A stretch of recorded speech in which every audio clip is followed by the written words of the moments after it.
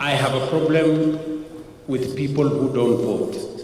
I have no problem with any Kenyan who votes for anybody, because it is through voting and through a competition that we get the best for our country so that we can move forward.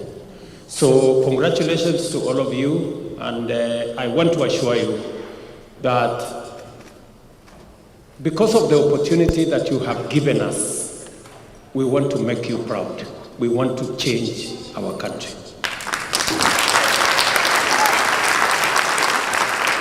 The one thing I will tell you is that it's not going to be business as usual.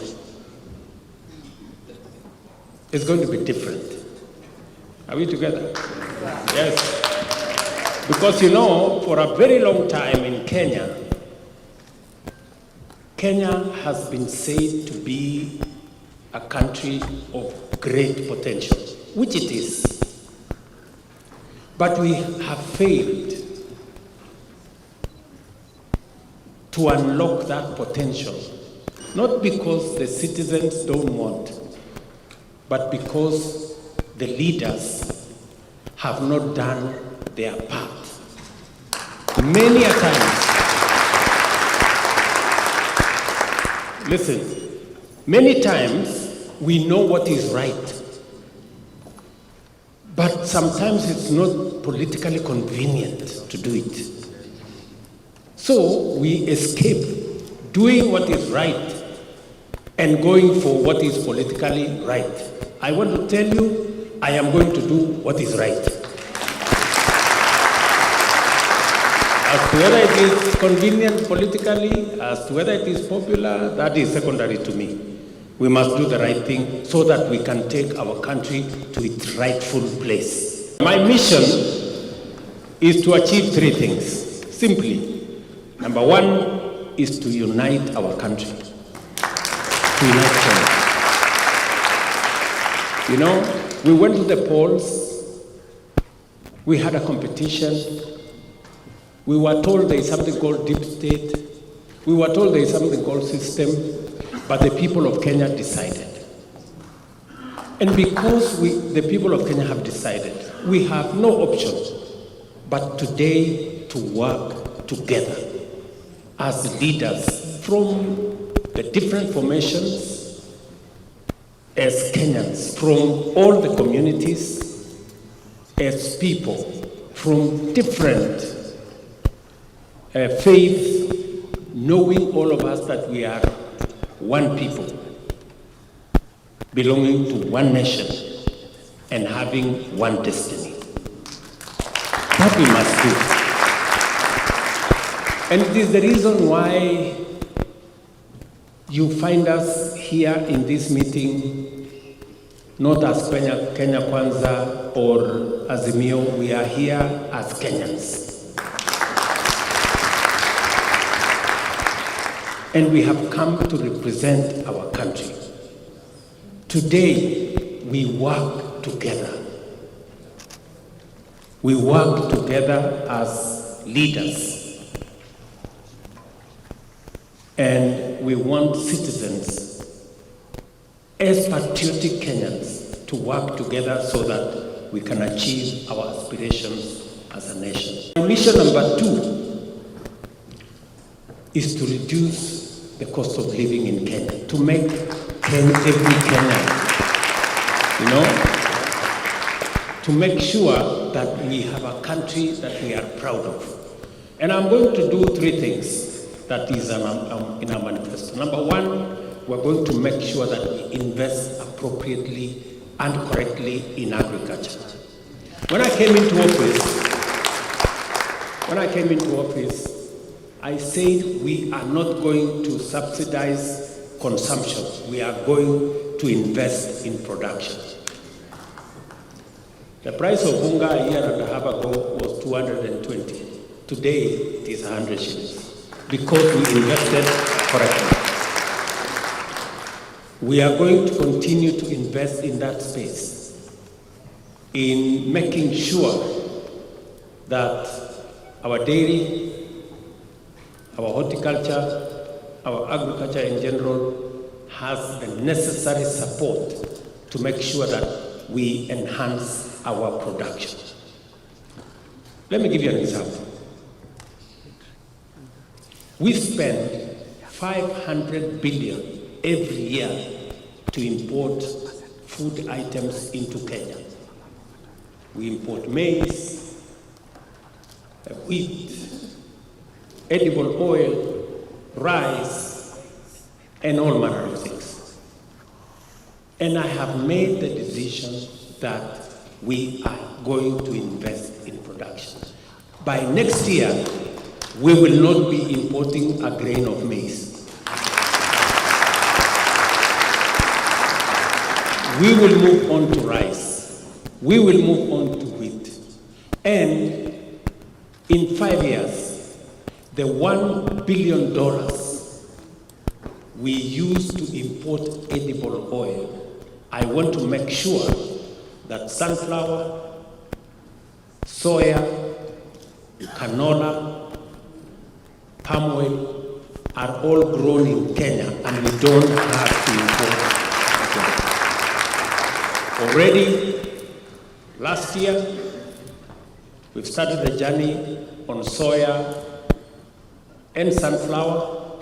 We are on course on canola. We've already gotten the seeds, and it is going to help us as a country reduce the foreign exchange that we use to import food when we can actually produce that food in Kenya. I was in Ruto,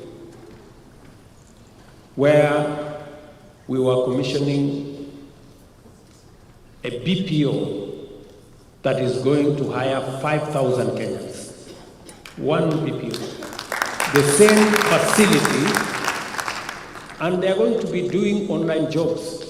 That particular BPO by CCI has JetBlue, AT&T, all American companies.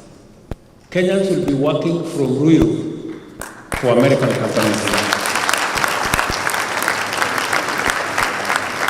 That same company in the next 2 years will be hiring 20,000 Kenyans. That's one company called CCI.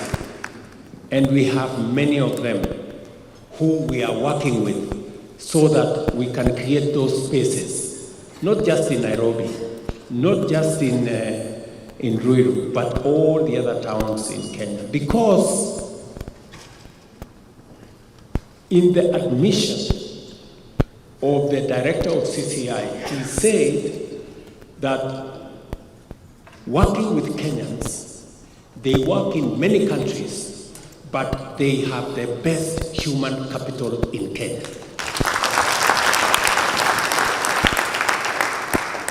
So while others have gold and what, we have the best jewel that anybody can have, our human capital. And we must leverage on it to drive our economy. We are in the process of signing 19 bilateral labor agreements with different countries. We just concluded a bilateral labor agreement with Germany. Rosalind was in Germany. Are we done? We're done, yes. And they have promised us 250,000 jobs. We have 19 others that we are negotiating. I am very happy that you have given me an assignment that when I meet President Joe Biden of America, you have told me you want H1A and H1B and others. Okay? That's how. Kwani mlikuwa mnafikiri nimekuja hapa kufanya nini? Na mnajua mimi si mtalii. Si mmenipatia assignment. Sasa hiyo ndio kazi nimekujia. Are we together? And we want to work together so that the best asset that we have as a country, our human capital.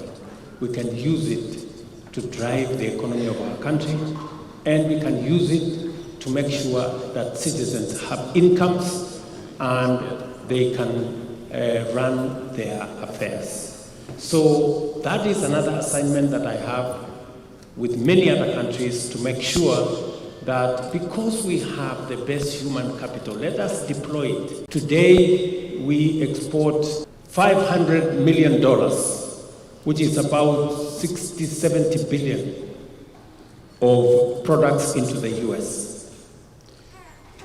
I will be pushing for the renewal of AGOA, and I will also be pushing for STIP, the Strategic Trade and Investment Partnership, so that we can have a bigger share, quota-free, duty-free to the American market.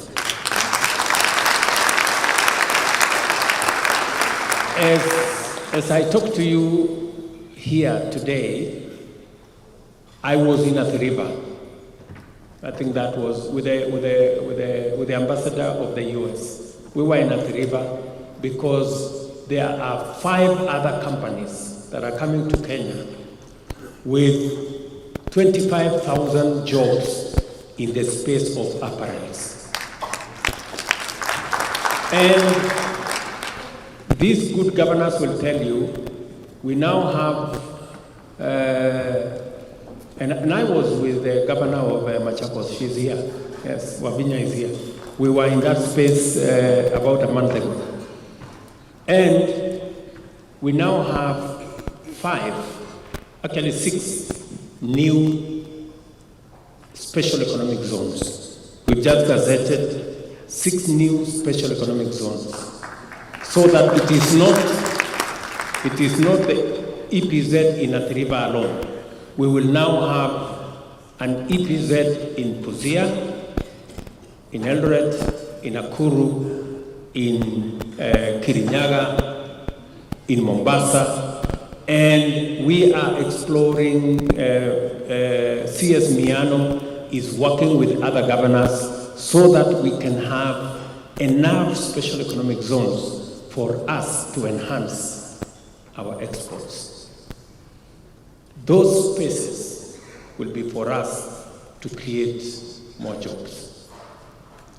So, I am asking you, good people, because I can talk to you for long, but I'm asking you as you hustle here in this great country, remember that you have a home to build, and let us work together in making sure that we build that home.